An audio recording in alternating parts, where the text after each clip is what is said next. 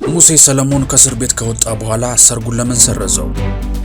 ያፈተለከው ሚስጥርስ ምንድነው? በቅርቡ 24 ዓመት ሞላኝ የሚለው ተወዳጁ ቲክቶከር ለሰርጉ ጫፍ ደርሶ የነበረውን የፍቅር ህይወቱን ምን አገኘበት ስንል ጠይቀናል። ከሰሞኑ የተሰማውን አሳዛኝ ዜናና የተገኙትን ማስረጃዎችን ማካተን ይዘናቸዋል። ጤና ይስጥልን የምንወዳችሁ። በቲክቶክ ዕለታዊ የዜና ትንታኔዎችን በማቅረብ የሚታወቀው ሙሴ ሰለሞን ባሳለፍነው መስከረም ወር ቀለበት አስሮ እንደነበር የሚታወስ ነው።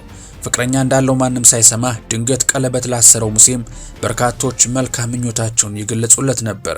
ሆኖም ሽማግሌ ከላከና የጮኛው ቤተሰቦች ፈቃዳቸውን ከሰጡት በኋላ ያልተጠበቀና ብዙዎችን ያስደነገጠ ነገር ተፈጥሯል። ለመሆኑ ከሰሞኑ ስለ ሙሴ ሰለሞንና ስለ ጮኛው ርብቃ ሰለሞን እየተወራ ያለውና ብዙዎችን ያስደነገጠው ዜና ምንድነው? ዝርዝሩን ይዘነዋል፣ ታደምጡታላችሁ። እናንተ ብቻ እንደተለመደው ላይክና ሰብስክራይብ የሚሉ ነጭና ቀይ ቀለሞችን መታ እያደረጋችሁ አብራችሁኝ ጥቂት ዝለቁማ። በዚህ ዘመን ማህበራዊ ሚዲያ ሰዎች የዕለት ተዕለት ህይወታቸውን የደስታና የሐዘን ታሪካቸውን ይፋ የሚያደርጉበት ዋና መድረክ ሆኗል። በቲክቶክ ገጹ ላይ በየቀኑ ብቅ ያለ አጫጭርና ፈጣን ወቅታዊ ዜናዎችን ሲያቀርብ የምናውቀው ሙሴ ሰለሞን ባሳለፍነው መስከረም ወር ራሱ የዜና ርዕስ ሆኖ መነጋገሪያ እንደነበር የሚታወስ ነው። በወርሃ መስከረም ልቡ ያረፈባትንና ለረጅም ጊዜ በፍቅር አብረው የከረመችውን እጮኛውን ርብቃ ሰለሞንን ታገብኛለች ሲል ጠይቋት የጮኛው ምላሽም እሺ አገባሃለሁ የሚልና የብዙዎችን ልብ በደስታ ያስፈነደቀ ነበረም።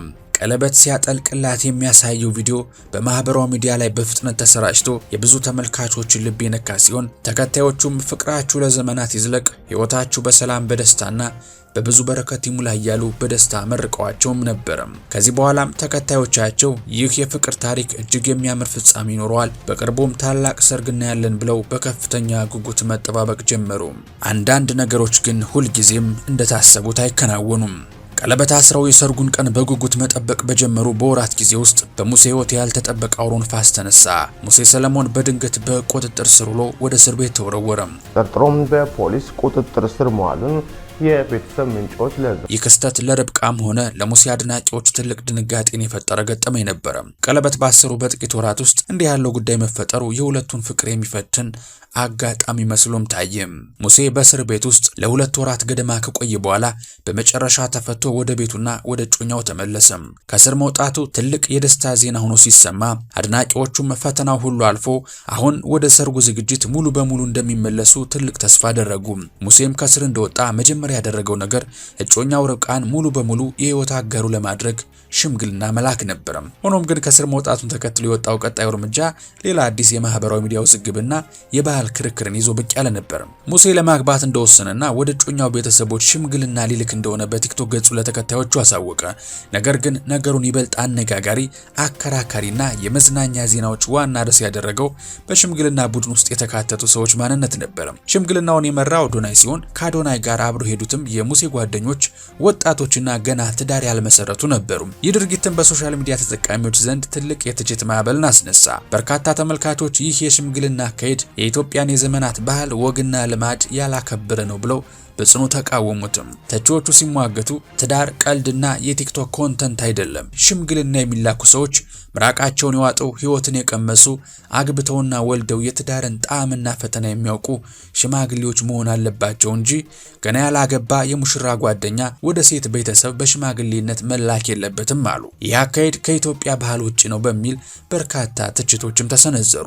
ይሁን እንጂ የርብቃ ወላጆችና የቤተሰብ አባላት ሽማግሌዎቹን በፍቅርና በደስታ ተቀብለው አስተናግዷቸው።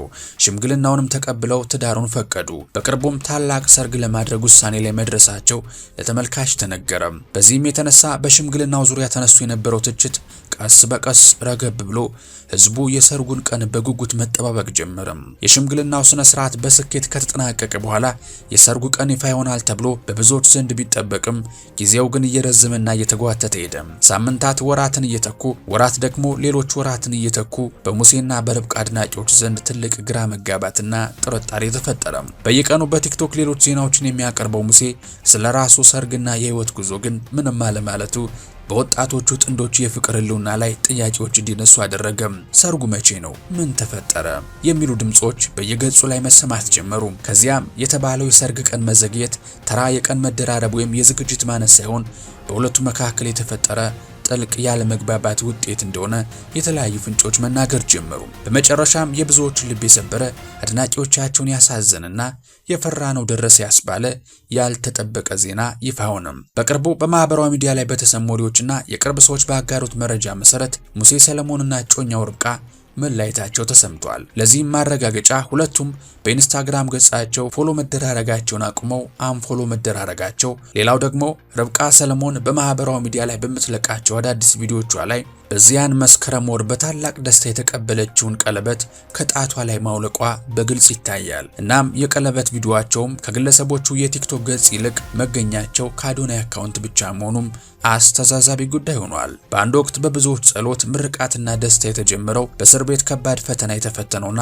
በሽምግልናው ዝግብ አደባባይ ወጥቶ የነበረው የሙሴና የርብቃ የፍቅር ታሪክ በመጨረሻም ያለ ሰርግ በመለያየት መጠናቀቁ በዚህ ሳምንት ተሰምቷል። ብዙዎቹ ሙሴ ቀለበት ያሰረው በአጋጣሚ ብሩክ ኒውስ ቀደም ብሎ ቀለበት ካሰረ በኋላ ስለነበር ወትሮውንም ለፉክክር እንጂ አስበውበት አልነበረም ቀለበት ያሰረው ብለው እየተቹት ሲሆን፣ ርብቃም ስለ ነገሩ አስተያየት ከመስጠት ተቆጥባ የተለመዱ የሃይማኖት ይዘት ያላቸውን የቲክቶክ ቪዲዮቿን መልቀቋን ቀጥላለች። ይህ የሙሴ ሰለሞንና የርብቃ ታሪክ በማህበራዊ ሚዲያ ላይ ህይወታቸውን ለሚያጋሩ በርካታ ወጣቶች ትልቅ ትምህርት የሚሆን ሲሆን፣ አንድ የፍቅር ግንኙነት በካሜራ ፊት ሲሆንና የሺ ተመልካቾች አይን ሲያርፍበት በግንኙነቱ ላይ የሚፈጠረው ጫና እጅግ ከፍተኛ ይሆናል። ሰዎች የሰጧቸው አዎንታዊና አሉታዊ አስተያየቶች፣ በሽምግልና ወቅት የተነሱ ትችቶች እንዲሁም ከእስር በኋላ የመጡት የህይወት ውጣ ውረዶች በሁለቱ ወጣቶች ግንኙነት ላይ ጥላ እንዳሳረፉባቸውም እየተነገረ ነው። በጥቅሉ የሙሴና የርብቃ የፍቅር ጉዞ ለአዲሱ ትውልድ ትልቅ ትምህርትን የሚሰጥ ነው ብለን እናስባለን። በፍቅር ጉዞ ውስጥ የሚመጡ ያልተጠበቁ ፈተናዎችን፣ የባህልና የወቅት ተጽዕኖዎችን እንዲሁም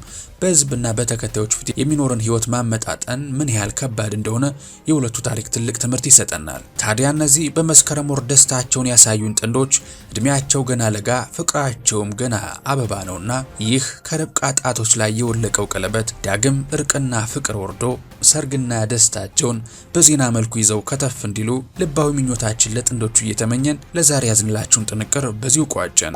የምንወዳችሁ ተመልካቾቻችን የእነዚህን አፍላ ጥንዶች የፍቅር ታሪክ እንደምን ታዘባችሁት? እንደተለመደው ሀሳብና አስተያየታችሁን በነጻነትና በጨዋነት ኮሜንት መስጫው ላይ ማስፈር ትችላላችሁ። እንደዚህ ያሉ ወቅታዊና ትኩስ ማህበራዊና የመዝናኛ መረጃዎች ደግሞ በየጊዜው ደርሷችሁ ኢትዮ ትሩዝን ሰብስክራይብ በማድረግ ቤተሰብ እንድትሆኑ ይጋበዝኳችሁ። በቀጣይ በሌላ ጥንቅር እስከምንገናኝ ሰላማችሁ ብዝት ይበልልኝ።